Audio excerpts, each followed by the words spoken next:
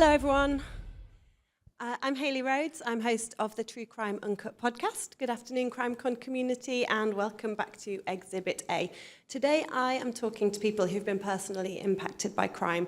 All of their stories are very different, but what they do have in common is that through sharing their experiences with extraordinary courage, they're driving change for the future. So please join me in welcoming our Victims' Voices panel to the stage.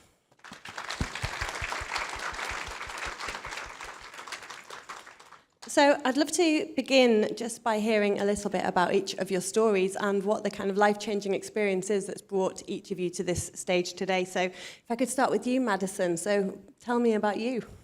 Sure. My dad was murdered in 2002 in Ohio, and it's been unsolved ever since and really kind of discarded and brushed under the rug. And in 2020, I started diving into the case files and getting a little bit more information and realized that it was a much more complex case than I realized or thought it to be.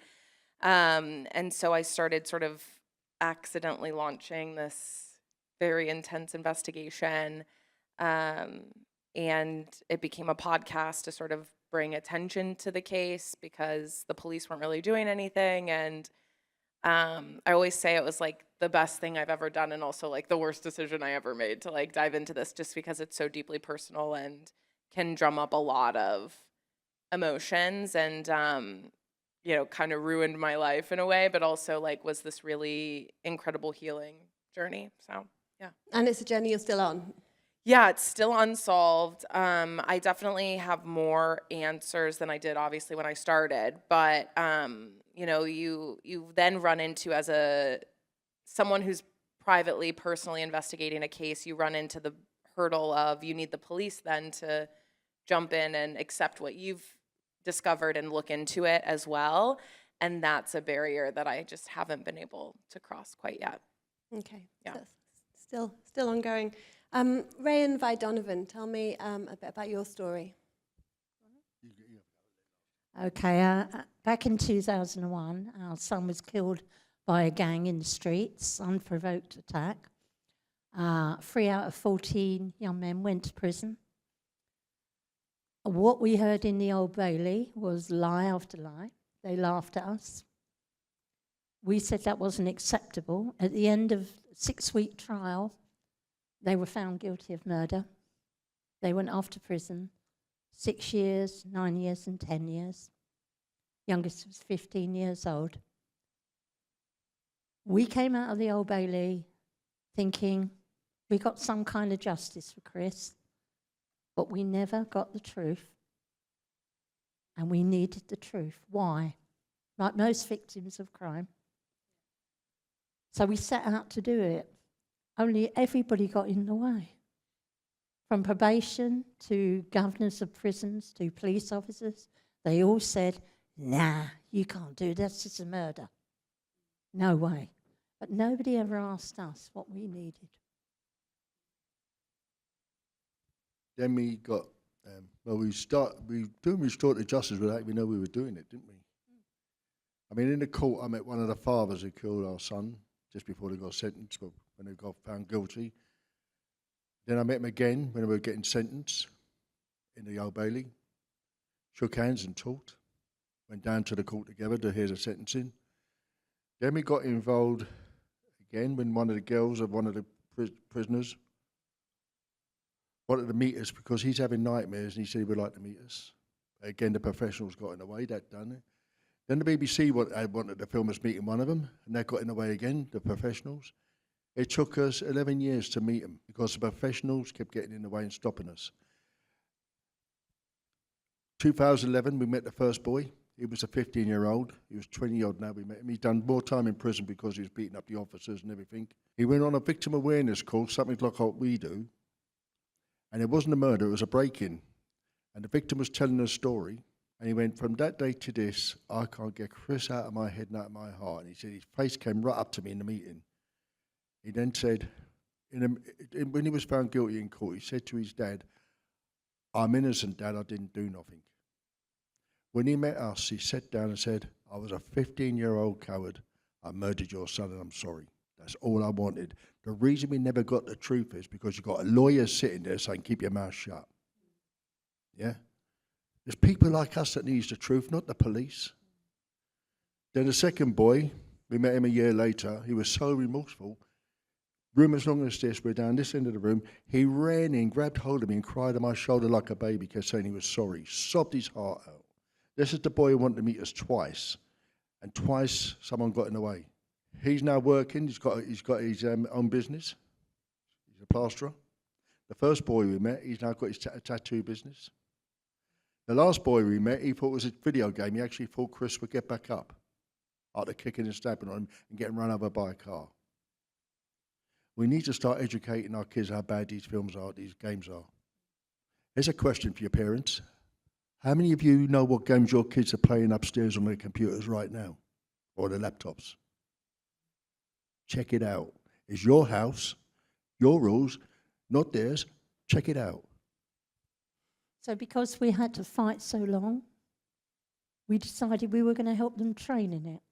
Police officers, youth offending, probation, victim support. We wanted them all to understand what a victim might want. Not what you think they want, not because you're a professional and you want to tell us what you want, but ask.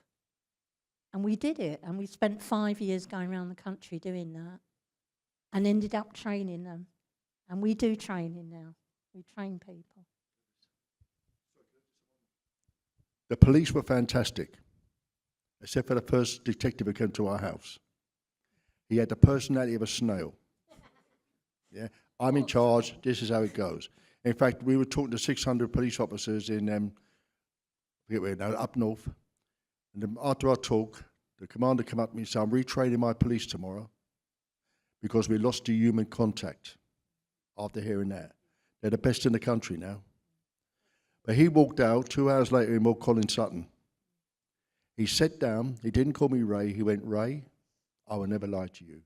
And he put up an accident sign. I said, why did you put accident when it's murder? He said, if I put up a murder sign, no one will come forward. And that man, the liaison officers, and the rest of the staff, police, were fantastic. They worked day and night to get these people convicted, didn't they? Let's let someone else talk. It's amazing how everyone's nodding their heads in recognition of the things that you're saying about the victim's experience. Natalie, what was your story?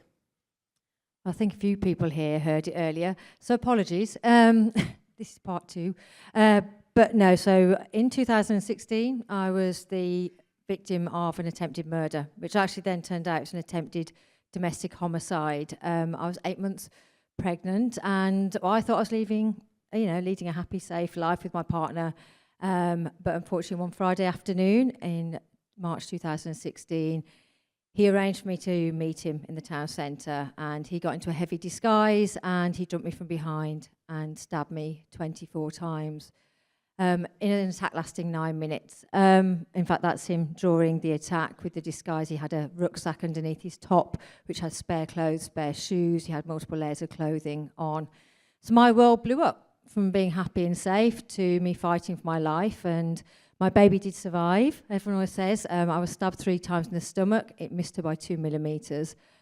And the world turned on its head. From that, it made you reevaluate. And I too went on a journey, the why, very much, understanding what the why was.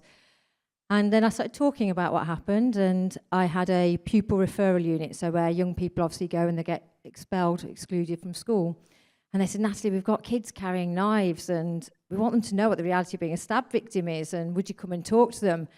Like, well, yeah, but I don't know how they're going to take to that, because at that point I was 42, and I think I'm going to walk in a 42-year-old woman and these kids are 14 and going, who the hell is she? And to be fair, they did look at me like that when I first walked in, but I did the talks. They were received amazingly. The kids wrote to me to sort of say how the impact was. And from that, I built up a community interest company, and all focused on youth violence and knife crime, which I've spent the last 6 years doing. And I got my MBE. There I am. So you can see from standing on the court steps to that. And these guys have got an MBE. But yeah, it's got an MBE for working with young people and the prevention of knife crime.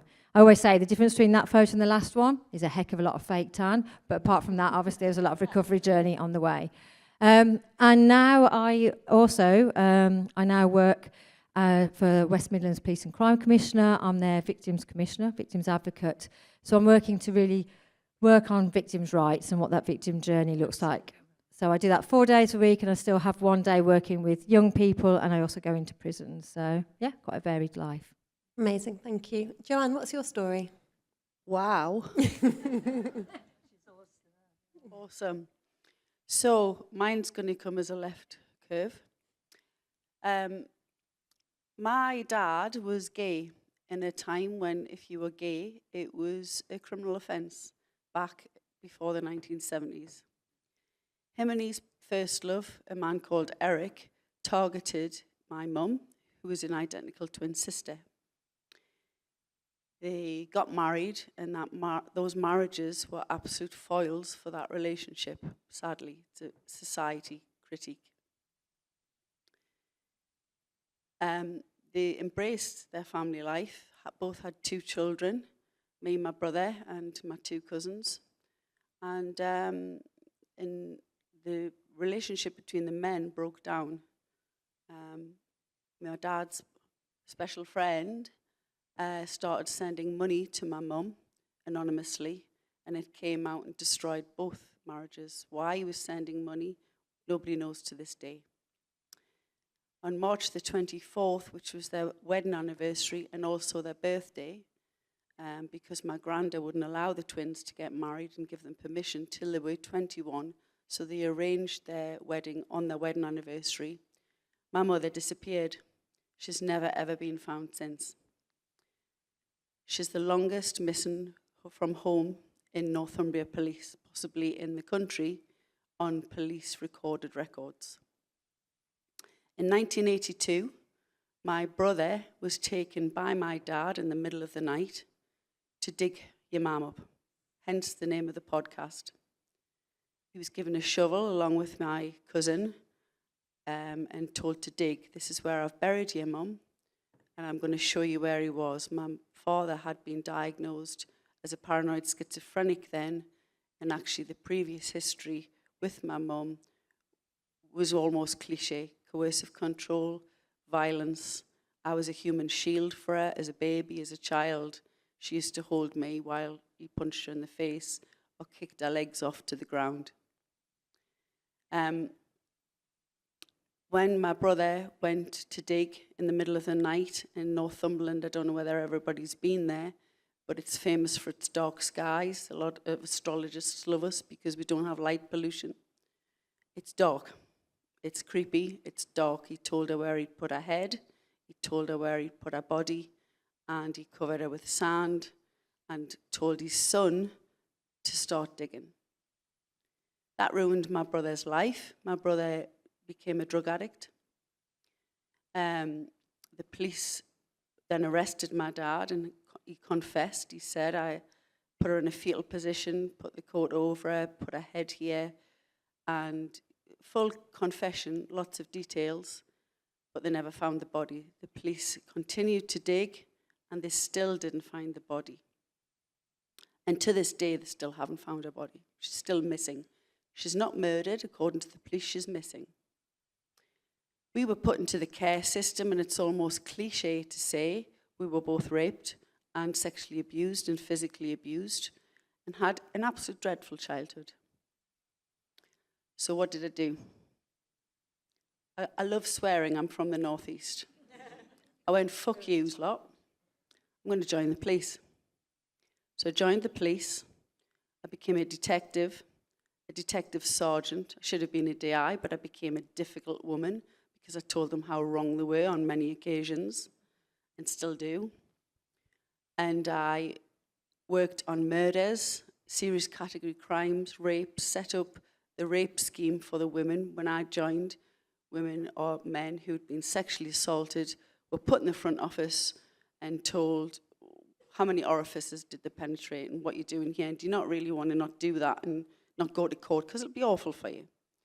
So me and much more talented women than me put together what we now know as the sexual offences suites, the forensic suites. I coordinated the investigators with the victims because the men took over the interviewing of the perpetrators. The women were doing largely the women, and actually they didn't talk to each other. So I constructed what's now called the Solo Book, which is out. Every police officer in the country gets trained in it, and I literally give them a list of questions they had to ask, amongst other things, so that the evidence linked. And people are treated much better now. The rape centres, the solo schemes. I would still like, if we're training police officers in serious category crimes, whether that be a murder, a rape. I did terrorism, and I also did firearms offences as well, and infiltration and informants. If we're asking those people to be trained and specialised, and the barristers to get on board with this, the judges need to get on board in it. I want the judges to smell the blood of that victim. I want every victim to have a tailored choice of theirs to go into court or not. Every victim's differently. So I couldn't rescue my mum. I couldn't save my mum. But I spent 35 years trying to do that for other people.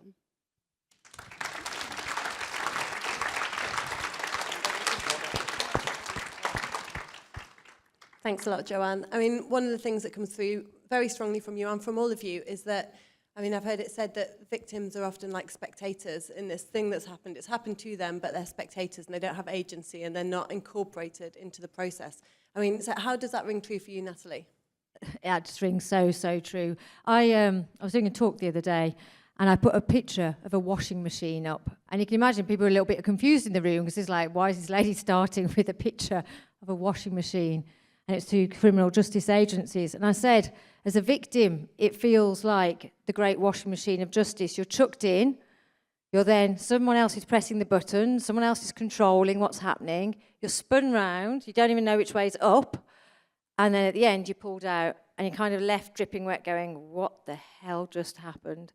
And you have no control over that process. It's disorientating. Like I say, other people are in control. And I know with my story, you know, right from the moment I came out, so I was airlifted out from the scene, and I was taken into theatre and put into an induced coma. But from that moment I woke up from that coma, the police were in control. The police were in the room. I couldn't have my family with me because it'd been all over the news and nobody was allowed to talk to me because it would affect my evidence. And from that moment, literally, it was all about the police narrative, what I was allowed to say, what I wasn't allowed to say, who I could talk to kind of thing. Interview after interview, going to court. Nobody warned me that although he pleaded guilty, that the sentencing day, they go through all the evidence and that we'd be there all day. I came out, and hence with that photo you showed before of me standing on the court steps with the dark glasses, I'd cried all day in court, and then they went, well, now you've got to go and give a press statement. And I was like, what? And I had something written down for the police to read, and they said, no, you've got to go out, Natalie. And I remember walking down the steps. I hadn't eaten all that day. I was shaking. I was like, I only had a bit of water, and I had to walk down these steps. And I just stood there numb and detached. It was like someone else had that narrative. So it really does ring true about that whole lack of agency. It's kind of like something that happens to you. We were told not to start with. They put us in the witness protection room. You're sitting there and you think, this is good. Now the boys are on bail, and I thought, even though they're on bail, they'll be down in the dock and come up, down in the cell and holding cell. A case gets called. It goes into the foyer, the Old Bailey, second floor, and sitting where the people at the back there are sitting, are the boys with their parents laughing and joking. And you're told to sit there and don't do nothing. Yeah? Then you go in the court. We're sitting, say here, the door's here, say, we're sitting here, the dock's there, and they're passing by backwards and forwards for 6 weeks. In a magistrate's court, before we went to the Old Bailey, one of the boys' lawyers said, can my client break his bail conditions, stay out till 1 a.m. to celebrate his birthday? I went, you're having an effing laugh, aren't you? I didn't use the F word, I used the whole word. Yeah. And the judge turned to me and said, open your mouth again. I'll have you for contempt of court and put you in prison. I'm a victim. He's allowed to stay free, allowed to sit in the dock, laugh and joke in the magistrates, and I guess the one being told I'm going to prison. It's the same in the Old Bailey. Day 2 of the Old Bailey, the jury said, can we ask you a question to the judge? He went, yeah, we know who these people are, the parents of the boys. Who are they at the back? Get that? Never knew who we were. Is that bizarre or what? And not only that, we were asked to write an impact statement about how we felt about what had happened to us and what we felt about those boys, what they really did to us. And we thought that the judge would read it out in his out in the court. Oh, no, no. He read it in his chambers. Those boys never heard our voice. How long did we speak with the QC? We saw our QC for about 2 seconds, probably, in the whole of 6 weeks' case. It goes on, even today. You're not allowed to cry in court when they're talking about your son being murdered because you're influencing the jury. It's bizarre. A mother of a boy who got stabbed, I got to court with him now and help him. She wasn't allowed downstairs. And one day she's allowed downstairs, this witness comes forward. That girl's on life protection now, this girl, spray girl. And you could hear what had happened to her son, and Jessica's crying. Lunchtime in the Old Bailey, and the court official comes out, Mrs. Plummer, yeah, you're not allowed in the court no more. Your crying's influencing the jury. That's her son, yeah? But she's not allowed in the court anymore. We got no rights. We got no human rights victims. It's not about us. It's all about the offender. That's why we support restorative justice, because it gives the victim a right, and it gives the victim power. Yeah, amen to that. Madison, when you started looking into your dad's murder, a lot of time had passed, so you were kind of faced with that kind of passage of time, but also the whole weight of like bureaucracy and the judicial system. So how do you even start to penetrate that to get answers? My approach was pretty unique. I jumped in at a time where it had been done before, where public pressure had solved cases. So I didn't even really bother with the police because I knew that that was not going to get me anywhere. And, you know, it was 2020, the rise of sort of like these social media platforms was building. And I thought to myself, if I could get random strangers to really care about my dad's case, that would put pressure on this very tiny town in Ohio to go, oh no, we're in People magazine and we're on Good Morning America, and like we don't want everyone in the world to know we didn't do our job. So that was sort of my approach. So I started my podcast to kind of do that. And it was, you know, lower lift. It wasn't, you know, I could record it in my house. I didn't need a big production company or video cameras or anything. I could just tell the story and what I had found over the last, 3 years that I had been investigating. So I just told the story. I had challenges in that my dad is a black drug dealer from Ohio, which made his story less compelling than other cases we hear about.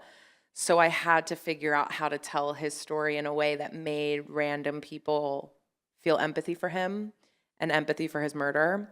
But in doing that and in doing the podcast, it's still an uphill battle, but I've definitely seen the strides. I never thought I'd be sitting in a room this size on a different continent talking about my dad's case. And I think things like that move the needle because Belmont County is paying attention and they know that this is happening, and they don't want that. So then that adds the pressure to do it. But it was a little bit of a different approach than just going and saying like, please help me solve this case, because they already hadn't done that. It had been so long. If they were going to do it, if they were going to assign a new officer and really look into the evidence, they would have done that by now. So I didn't even bother wasting my time with them.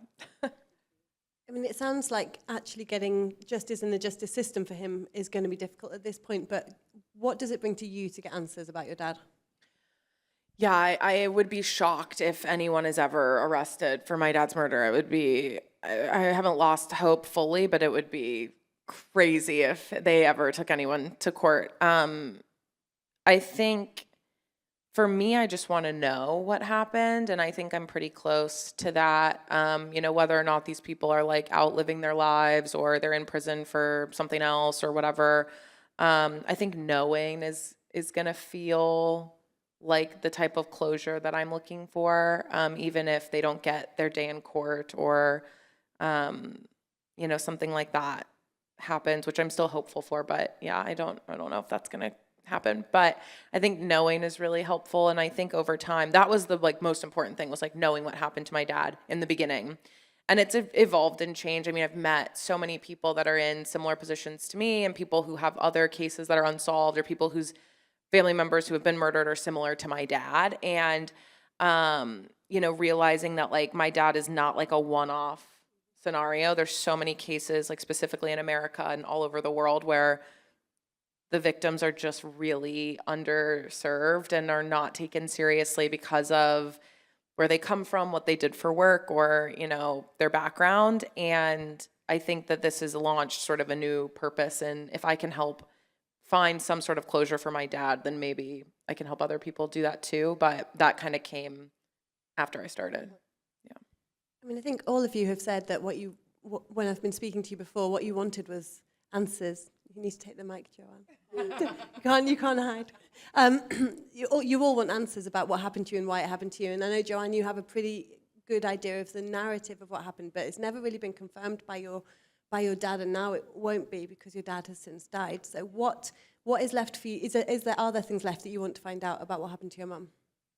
What a question. I think I know what happened to my mum, and I know that I'll never find her body. And nobody's looking for it, despite the police telling me. And just because I was a police officer under their noses doesn't mean to say that they released any information, and still won't. I've had a 3-year battle with them.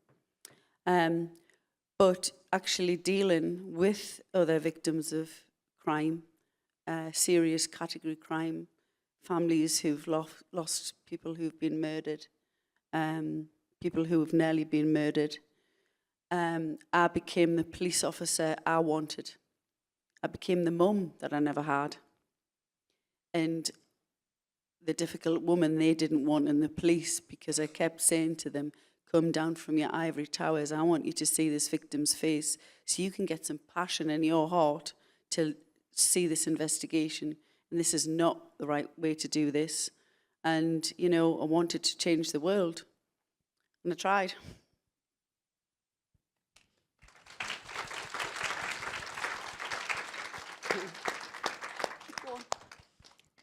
I mean, I think that you have, Natalie, you've come up with an idea of why your ex-partner did what he did, but how did it impact you not actually being able to get those answers from him? Yeah, and I mean, I faced my ex-partner in 2017, and even then, I would say that was more because I wanted to make him look me in the eye. I discovered all sorts of things about what had led to it, but there's never any definitive answer. It's a bit like, as you say, you start to put pieces of the puzzle together, but you never have it confirmed by the person. So he was saying it was down to family pressure as to why he'd done it. And I was like, that's nonsense. I'm trying not to swear now, Joe. Okay, that was bullshit. And so I got permission off a police officer for that. But yeah, and I knew that wasn't true, and I found out there was lots of lies, but that was all through to my own personal investigation. The thing that's quite unknown sometimes within the system is my ex-partner pleaded guilty. He was caught standing over me with the knife, drawing the act, covered in blood. So we're not talking Cluedo, you know what I mean? It's not in Colonel Mustard in the drawing room or something with a candlestick, he was literally there. And because of that, I remember the police saying to me, Natalie, we haven't found a motive, but because he's pleaded guilty, we don't need to. And that was so hard, because I was thinking, so if he hadn't been caught, you'd have looked into him properly, you'd have dug deeper, you'd have uncovered all of the evidence. And it was almost like you're cheated of that justice because he pleaded guilty. So hence, after sentencing, I sort of went on my own quest to uncover, and by talking to his family members and talking to different friends, I started to uncover the truth myself, that he was leading this multiple lives and that they were starting to unravel. And then when I faced him, I saw this very detached man, quite psychopathic, very controlled. But it's the worst thing ever to not get, and also to be told, you know, well, we've got a guilty plea. Got a guilty plea. It's like, oh, he was caught standing over me with a knife. I mean, that was kind of a given, like, you know. And it was, as we all say, for the victim, it's the why. The why is so, so, so important. And when you're being told, well, we don't really need that, it's just the worst. Yeah, that must leave a huge gap in your understanding of what happened to you. I mean, Ray and Vi, is that the most important part of the restorative justice process, is that actually giving victims, families, or victims the answers about why the thing happened to them that happened? Well, I because Phil was attacked first, I kept saying to him, you must have done something to get smacked. You don't just get hit for no reason. He said, Dad, I didn't do nothing. So I wanted to know why it started and who started it. And the only way I can get that was by meeting them. And another thing, the boys didn't know that we had to wait 16 weeks while they removed Christopher's brain to decide whether he was killed by the kicking or killed by the car. And no one told the boys this, and I think if they heard what we were going through, they might have been more remorseful. But we've got the truth in the end, didn't we, Vi? But I wanted to know why, and who started it, and why they started it. And to this day, they don't know. It just happened. And you know, they all three of them said, how's Phil? Before I even asked the question, they went, it wasn't Phil, it was us. That's all I wanted.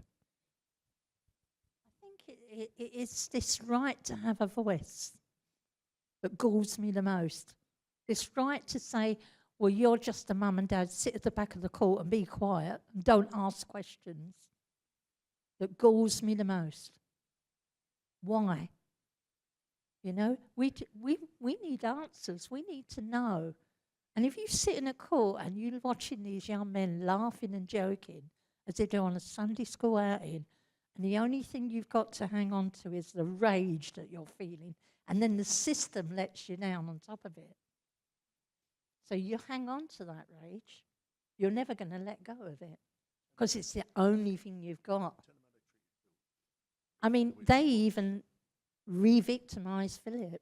They made him go back in the court after a day into court because one lawyer wanted to ask 3 stupid questions, and they were stupid questions.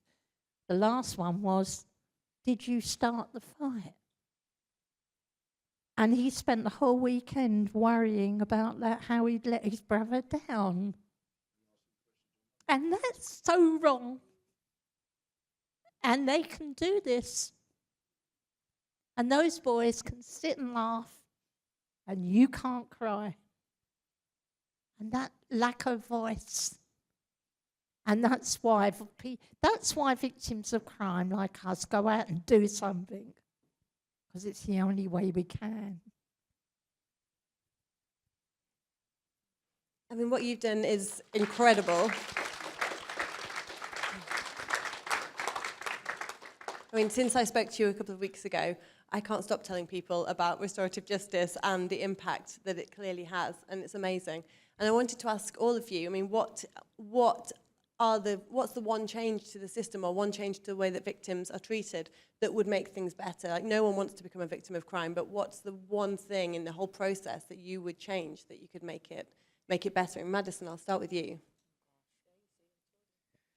That's such a loaded question. I mean, I think for my case specifically, there's this real lack of accountability on behalf of the police, especially with the investigation, because at the end of the day, like, I shouldn't have to be investigating my dad's murder on my own dime when these police officers, like, that's their full-time job. They get health insurance, they get benefits. I mean, I know you all have health insurance here, but we don't. And that's their full-time job. And you know, I always equate it to if someone robs a bank and I drive the car and they get away with it because I drove them away, I'm an accomplice. If someone murdered my dad and the police don't collect evidence and don't do things and that inherently helps them get away with it, Now they're an accomplice to murder, and there's no accountability for them not doing their job. And I think that is a huge gap in the system. There should be protocol. If you're on the scene of a suspected homicide, you have to do these 10 things. You have to tape off the scene. You have to collect evidence. If you still can't solve it, at least then you can show a family, we did everything we could. And they didn't do that in my dad's case. The scene wasn't taped off. They still don't have any forensics. They have like nothing.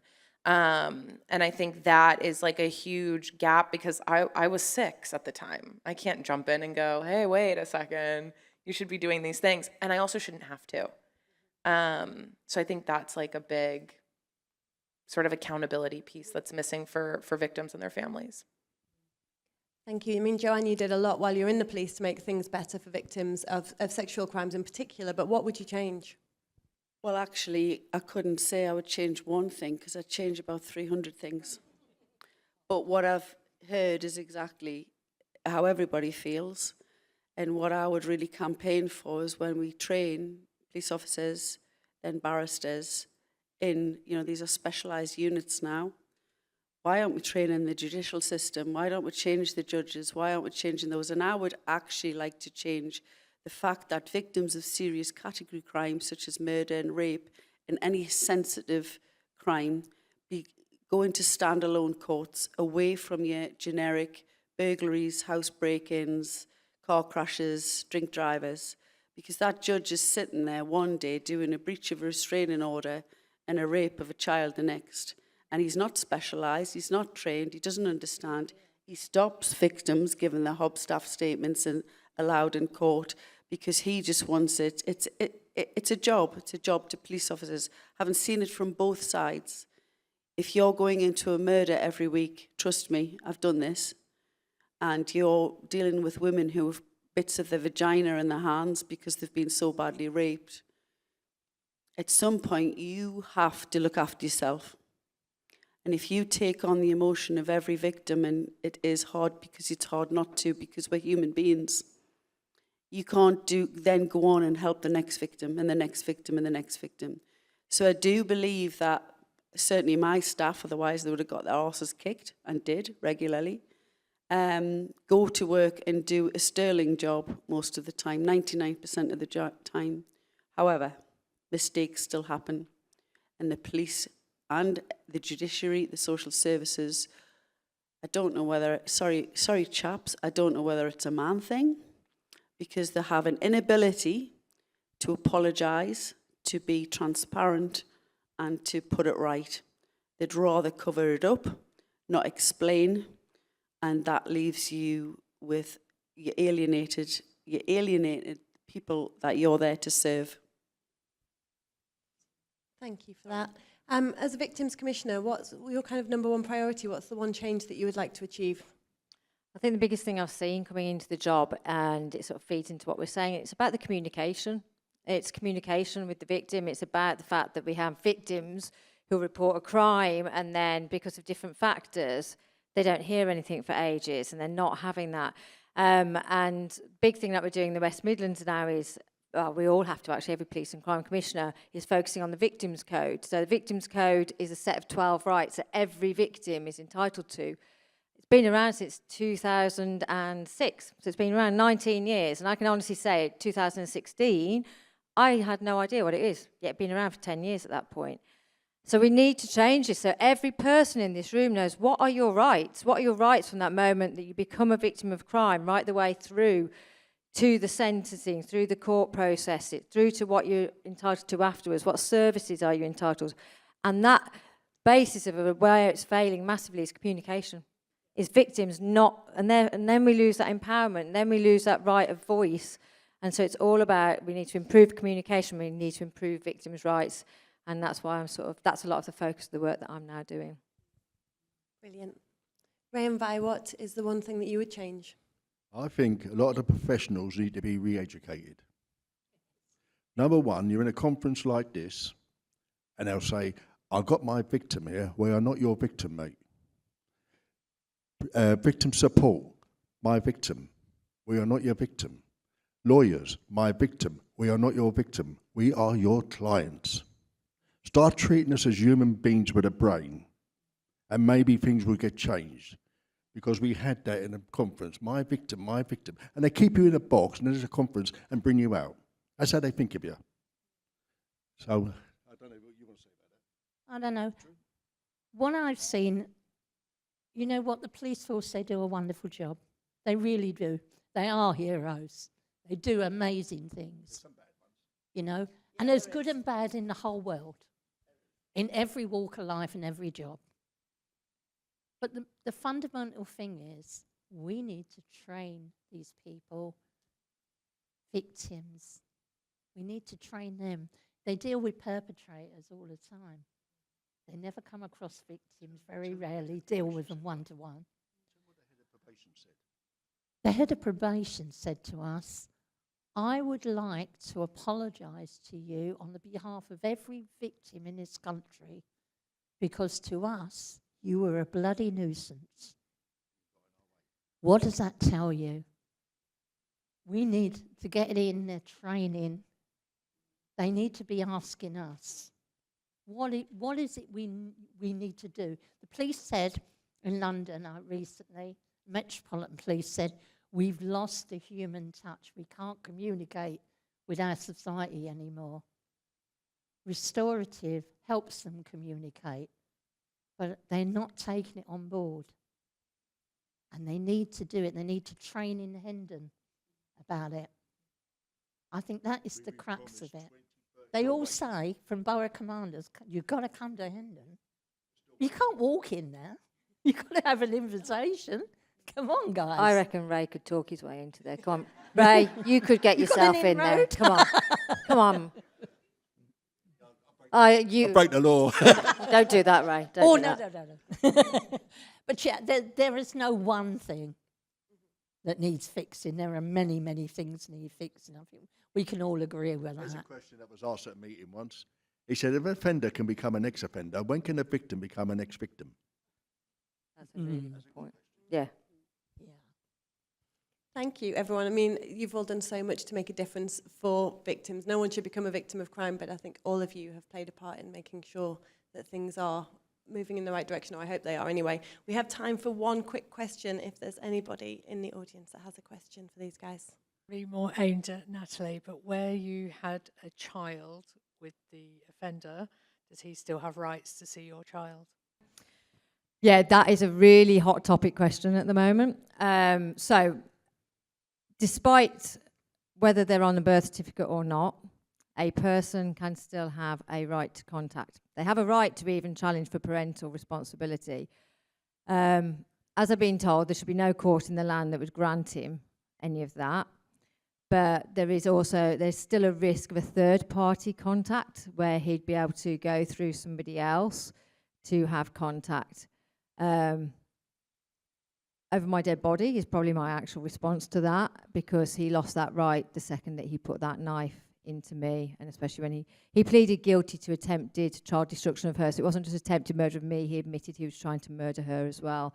So I cannot understand how in this country, if a man pleads guilty to trying to murder his child, that he then has rights of any kind to that child. So that will be my next campaign. I'm currently campaigning at the moment about him getting... I'm currently campaigning to try and keep him in closed conditions. He's due for open prison, unbelievably, for review this month, which fills me with fear, because when they go to open prison, then they can get released on temporary licence, which means he'll be out and about in community for restricted times. That makes me feel physically ill after just 9 years. So I'm campaigning that at the moment. Lord Timpson gets lots of letters, and I've met him now. But that is going to definitely be my next, because we need to protect our children better. You know, it's just madness, absolute madness. But great question, thank you. I just had one quick thing I wanted to ask you all, is what advice, if any, would you give to if someone becomes a victim of crime, or is indeed already might be, what is the one piece of advice you would give them for navigating their way through this absolute quagmire? Look after yourself first, because nobody's going to come and rescue you. Police have an agenda, the courts have an agenda, and it's not about you. Look after yourself first, seek transparency, and don't back down till you get it. And if you do, come and see me and I'll knock on the doors.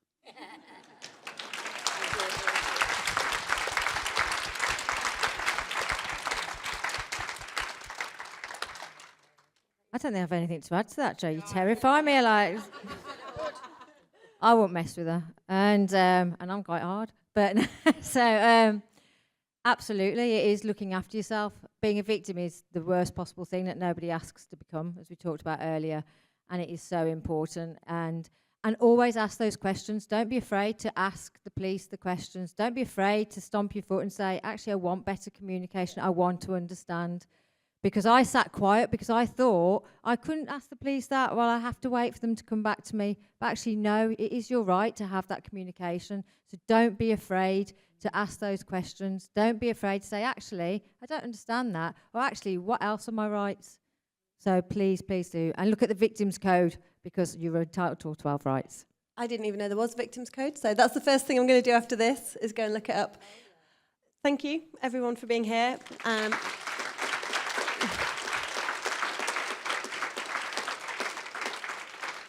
And yeah, thank you to our amazing panel. We've got Ray by Donovan, Natalie Queiroz, Joanne Mackel, and Madison McGhee, and you're amazing. And thank you. Thank you.